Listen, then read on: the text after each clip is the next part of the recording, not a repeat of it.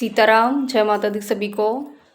तो जैसा कि आप सभी को पता है कि नवरात्रि चल रहे हैं और मैं आप सभी के लिए हर रोज़ नवरात्रि में जो 9 देवियां हैं उनके नियमित वीडियो बना करके आप लोगों को जानकारी देती हूं।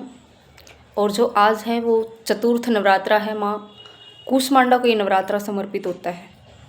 आप सभी लोगों को पता भी होगा और बहुत सारे लोगों को पता भी होगा माँ कूष्मांडा का रहस्य क्या है और किस कारण से माँ का नाम कूष्मांडा पड़ा और ये किस चीज़ की देवी हैं, किस लिए इनकी साधना की जाती है।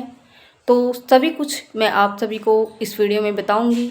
माँ कूष्मांडा को आप लोग क्या भोग दे सकते हैं, किस प्रकार से इनकी साधना कर सकते हैं, किस प्रकार से माँ कूष्मांडा को आप लोग प्रसन्न कर सकते हैं।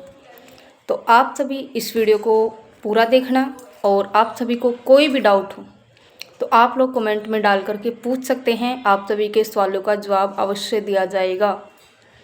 तो आज बात कर लेते हैं जो माँ कूष्मांडा हैं, उनका नाम कूष्मांडा क्यों पड़ा। कूश क्या होता है भाई?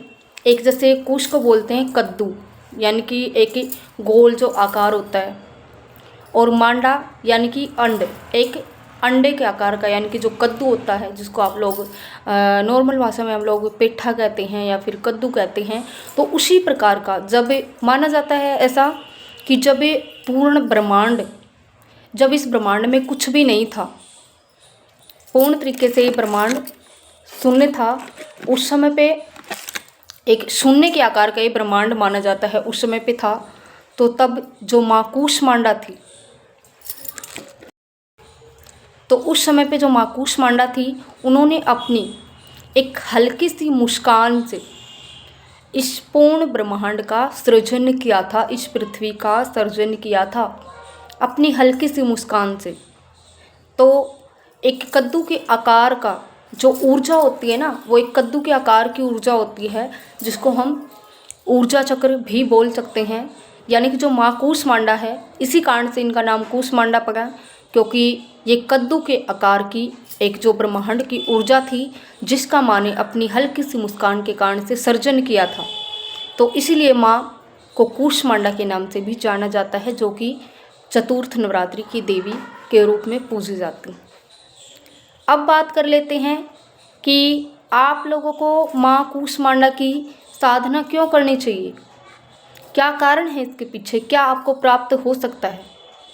तो जो माँ कूष्मांडा की ऊर्जा होती है वो आप लोगों को एक अंदर से अंतरिम जो है ऊर्जा देती है और आप लोगों की नकारात्मकता को दूर करती है।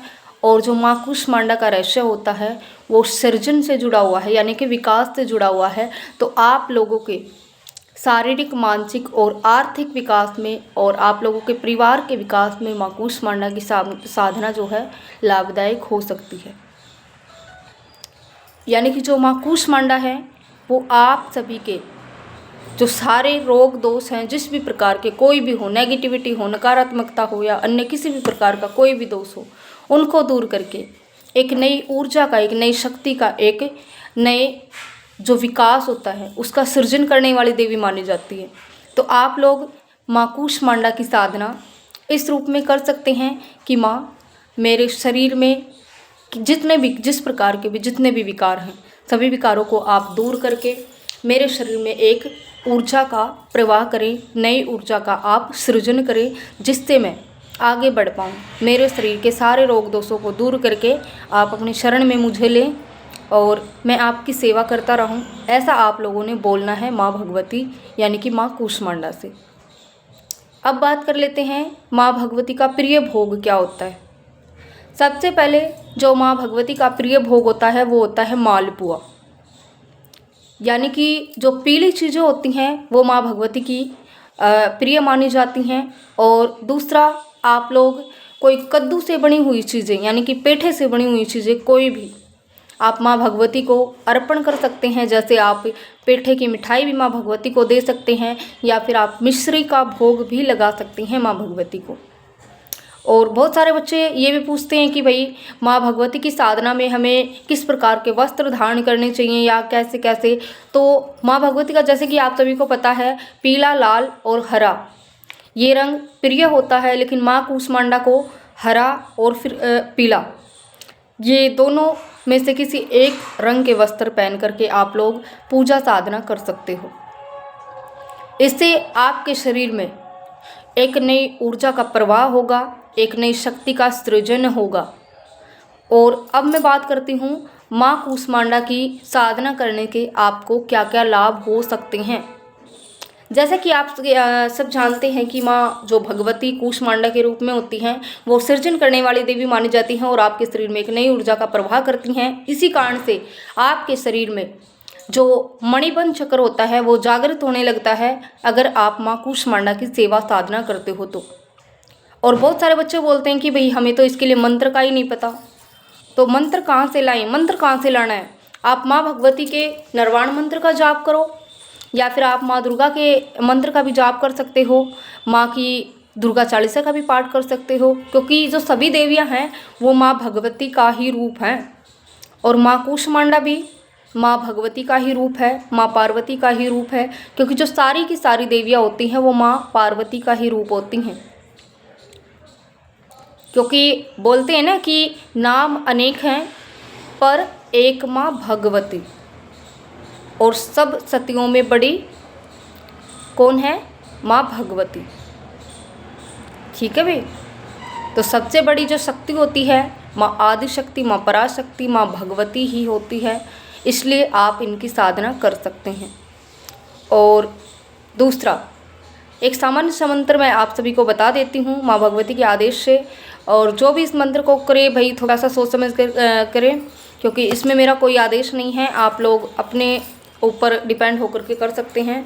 क्योंकि जो मंत्र होते हैं वो विशेष रूप से गुरु के द्वारा प्रदान किए जाते हैं, लेकिन मैं तो वीडियो डाल रही हूँ तो इसमें आप लोग जो साधना करेंगे आप अपने तरीके से करना, ताकि आपको माँ भगवती की कृपा मिल पाए। और वो मंत्र है ओम देवी कूष्मांडाय नमः। इस मंत्र का आप लोग जाप कर सकते हैं माँ भगवती के कूष्मांडा के स्वरूप में, और माँ भगवती ने चाहा तो आप लोगों को अवश्य ही कृपा की प्राप्ति होगी। अगर आप लोगों को भरोसा हो तभी आप लोग सेवा साधना करना।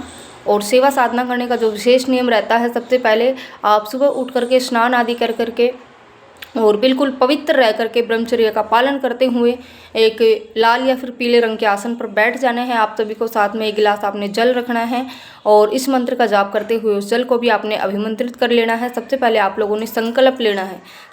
संकल्प कैसे लेते हैं, जैसे आपने हाथ में जल लेना है और नाम, गोत्र, पिताजी का नाम, स्थान का नाम बोल करके आपने ये बोल देना है, माँ भगवती मैं आपके इस मंत्र का, स्तुति का या फिर स्तोत्र का इतने बार जाप करूँगा और फलस्वरूप इसके आपकी जो भी मनोकामना हो वो आप मनोकामना बोल सकते हैं। और माँ भगवती के चरणों में उस जल को आप अर्पण कर देना।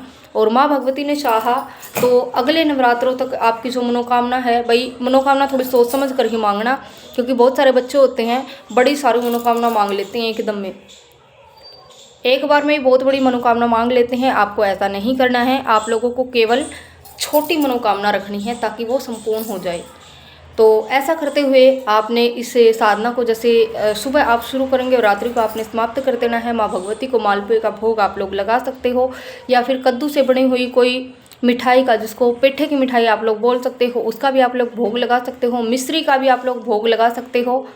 और ऐसा करने से माँ भगवती अवश्य ही प्रसन्न होंगी और आपके साथ में जो भी नेगेटिविटी चली हुई है, आप लोगों ने बोलना है कि माँ मेरे अंदर के जो अंधकार हैं उसको मिटा करके मेरे शरीर के अंदर एक नई ऊर्जा का सृजन करें, क्योंकि माँ इस ब्रह्मांड में एक नई ऊर्जा का सृजन करने वाली देवी ही मानी जाती हैं। और आज की वीडियो में सिर्फ इतना ही, और कल भी मैं आप लोगों के लिए वीडियो बनाऊंगी। और जो 5वें नवरात्रि की देवी हैं, पंचम नवरात्रि की देवी हैं, उनके लिए वीडियो बनाऊंगी और आप सभी को जानकारी देती रहूँगी। मैं अपनी तरफ से बेस्ट जानकारी आप लोगों को देने की कोशिश करती हूँ। फिर भी आप लोगों को कोई डाउट होता है तो आप कमेंट में डाल करके पूछ सकते हैं, आपके कमेंट का अवश्य ही रिप्लाई किया जाएगा। और अगर कुछ ऐसा कमेंट होगा कि उसके लिए वीडियो बनानी चाहिए तो मैं वीडियो के माध्यम से भी आप लोगों को जानकारी देने की कोशिश करूँगी। ठीक है भाई, खुश रहो सभी। जय माँ भगवती सभी को, जय माता दी। माँ भगवती सभी की मनोइच्छा पूरी करें और सभी की झोलियाँ ऐसे ही भरे माँ। खुश रहो सभी। जय माता दी सभी को। जय श्री राम। ओम सीताराम।